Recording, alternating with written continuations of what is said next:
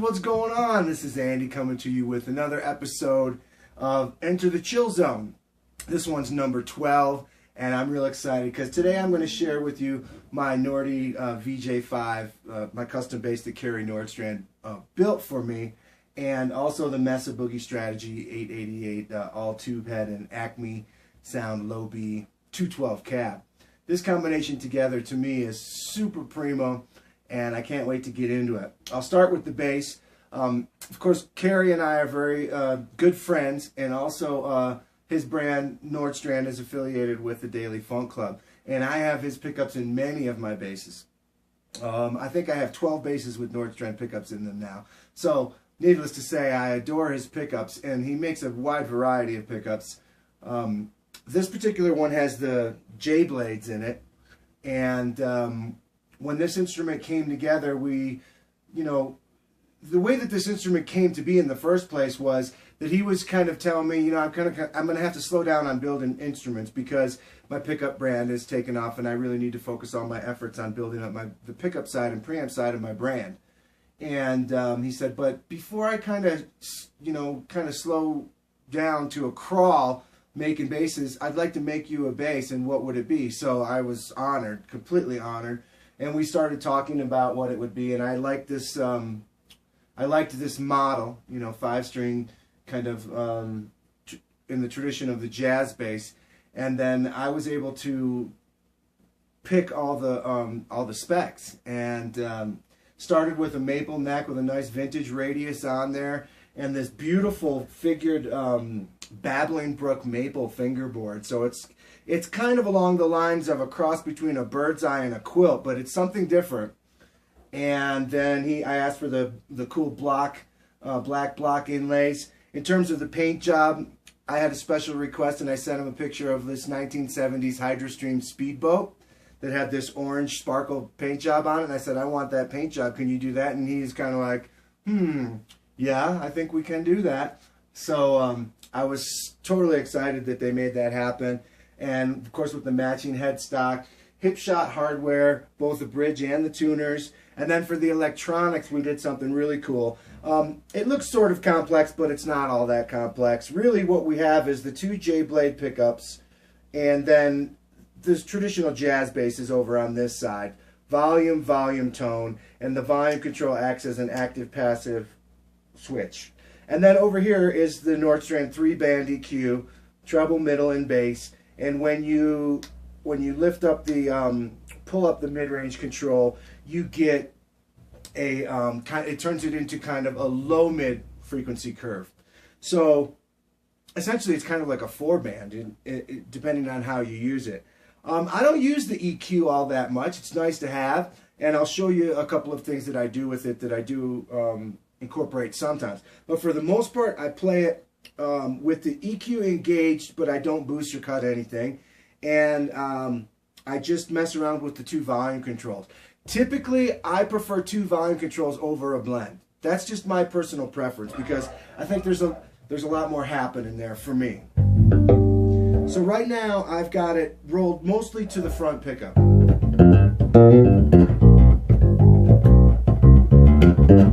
When I say rolled, I mean the front pickup is on full blast and the back pickup is on about 70%.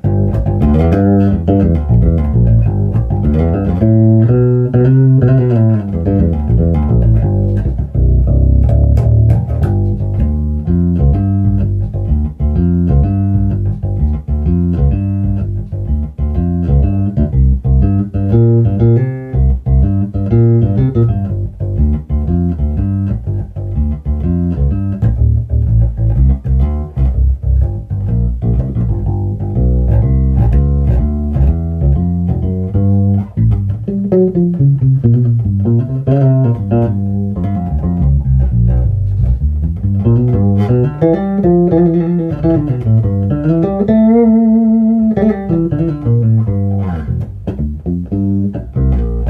me, it has a perfectly dead flat sound, you know. It's like every single pitch and every single frequency just behaves perfectly. And this tube amp is a really nice complement to it. I'll also add that. The instrument sounds incredible in the PA system. It has a really, really great sassiness to it. And of all my basses, this one has a very unique personality tonally. And as a result, it's basically become my #1 instrument. I use it pretty much more than any other one on stage and on my gigs. Of course, it's very sentimental to me because of my friendship with Carrie, but this instrument is very special. And just the synergy of how it all came together. And when Carrie made it, you know, he's not a guy to mince words, and he's not a guy to say something that to blow sunshine up my butt or anything like that. So he said, you know, this is one of the best basses I've played, not just made, not just built, not just crafted, but one of the best sounding basses that that he's heard. And it's just a synergy. It's just a combination. It has the body is light swamp ash, so it's a really light instrument. I think it weighs about 8 pounds, if that. Maybe a sliver over 8 at the most. And it's a one-piece body, so it's not 2 pieces glued together. He had a one-piece body that he made for me. So he had a nice piece of super light swamp ash, and he made a one-piece body out of it for me. So that was a huge factor. I think that the low mass bent metal hip shot bridge contributes to the low mid bump in its basic character, and also you know, keeps it in the realm of that open sound as opposed to a darker, more modern sound. You know, like a high mass bridge is going to be a little bit darker and a little bit more. I guess you get more sustain, but it's a little bit of a darker sound, and the mids are definitely scooped out a little bit as a result of when you use a high mass bridge. This one, on the other hand, is real flat, real even, real kind of like neutral. Okay, so you get basically a more accurate sound of what the wood and the strings sound like when they're ringing against this wood, and I just love it. So. Now let's hear it with the tone control. I'm going to mess with the passive tone control a little bit, because the passive tone control on this instrument is wonderful. You can go to a really cool, like that murky tone completely rolled off place.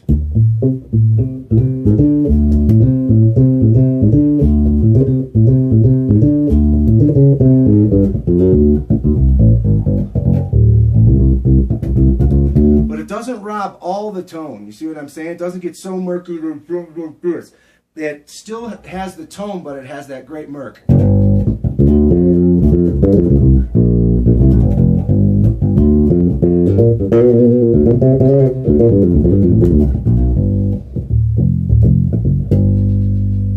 So let's hear it now with the tone at about 50%.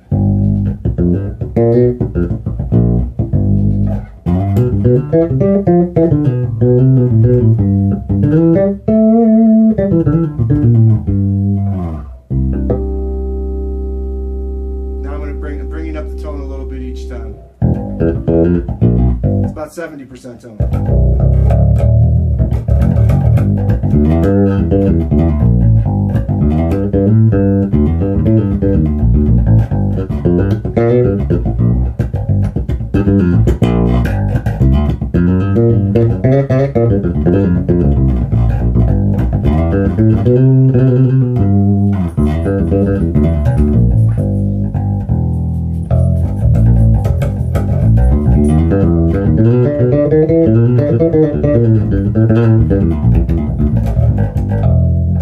And now the tone all the way up.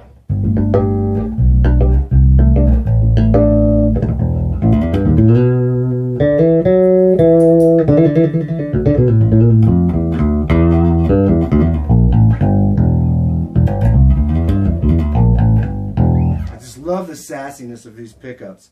All right, so now let's mess with the EQ a little bit, because I want to show you this cool little trick that I can do. In a real quick couple of motions, I can boost up the treble and boost up the bass a little bit, and have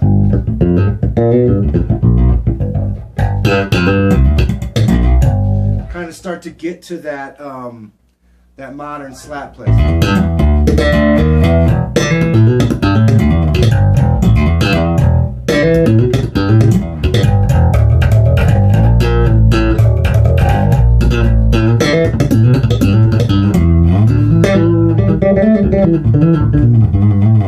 And nothing that I do robs anything else. That's something special about that. You know, it doesn't have that.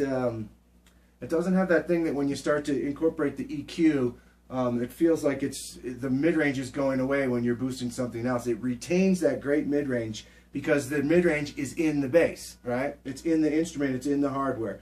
So it's never lacking mid-range. So for me, that means I can hear it no matter what type of tone I have. I can still hear everything. You see what I'm saying? It's real important.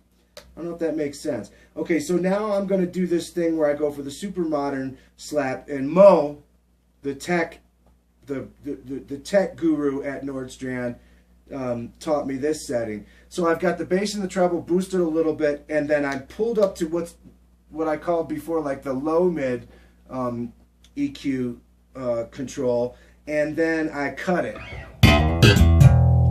and it's got this.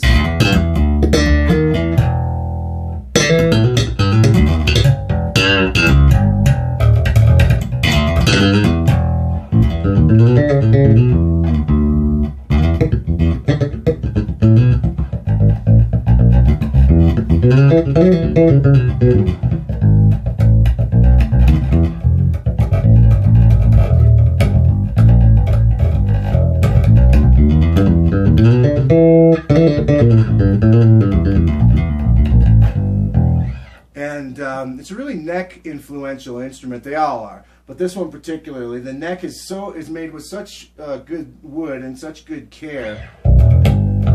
Contributing factor to the whole sassiness is that I'm able to have this action really low, right? Low for me, and it does not buzz.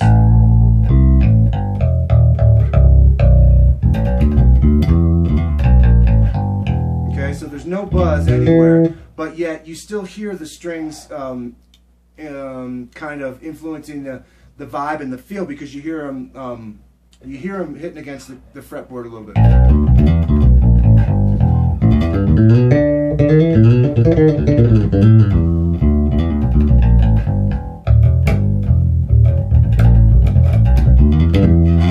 And that little bit of clickety-clackety kind of stuff with the strings mixed in with the tone, when it's mixed in to the band sound, when it's snuggled into the mix and coming through a big-ass PA system, it creates this total attitude kind of sound. I've played gigs where the front of the house guy walked way in the front of the house, comes up on stage, I didn't even know who he was, and he's like, hey, I'm the front of the house guy, I was mixing your band. What bass is that? That thing sounds amazing.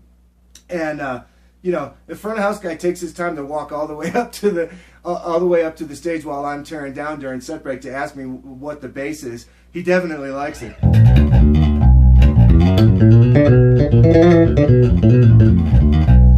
So now I'm going to cut those mids even more and get this.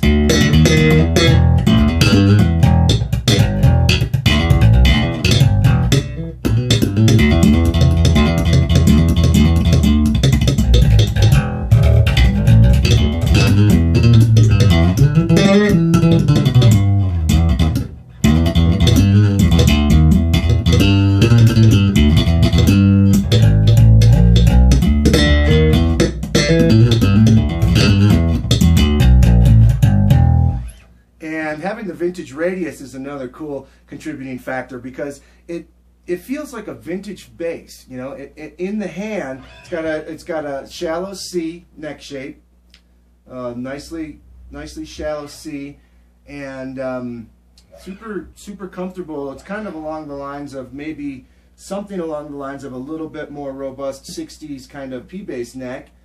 You know, ever so slightly thicker front to back. but it's definitely a shallow, nice C, and it's really, really comfortable in the hand.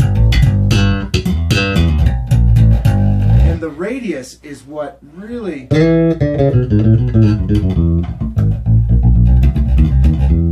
gives it that vintage feel. It's so important. So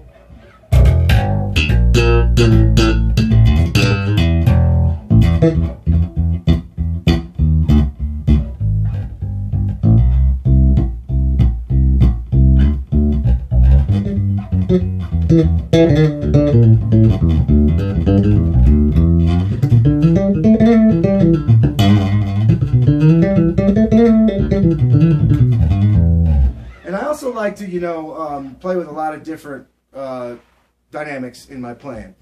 Sometimes I'm playing very soft.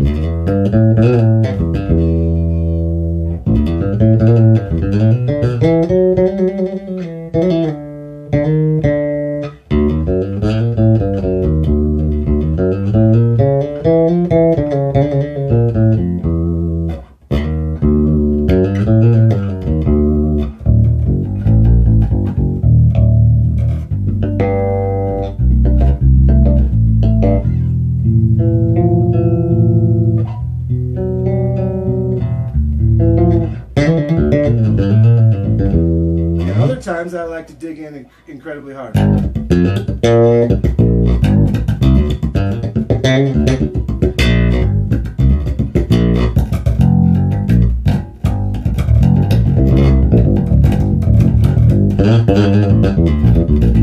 Actually, I'm going to change this EQ back to flat.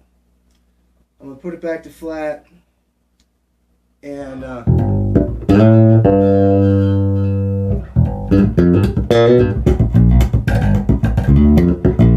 this is the sound that I use most of the time. Tones rolled back to about 80%. Slightly rolled to the front pickup, or I mean the back pickup slightly rolled off, and the EQ flat.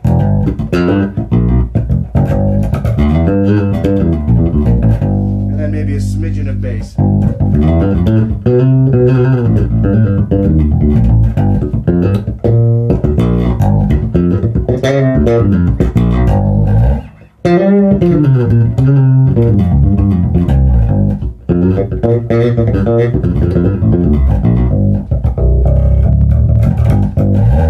So there you have it. There's my Nordy VJ5 custom bass, and I adore it.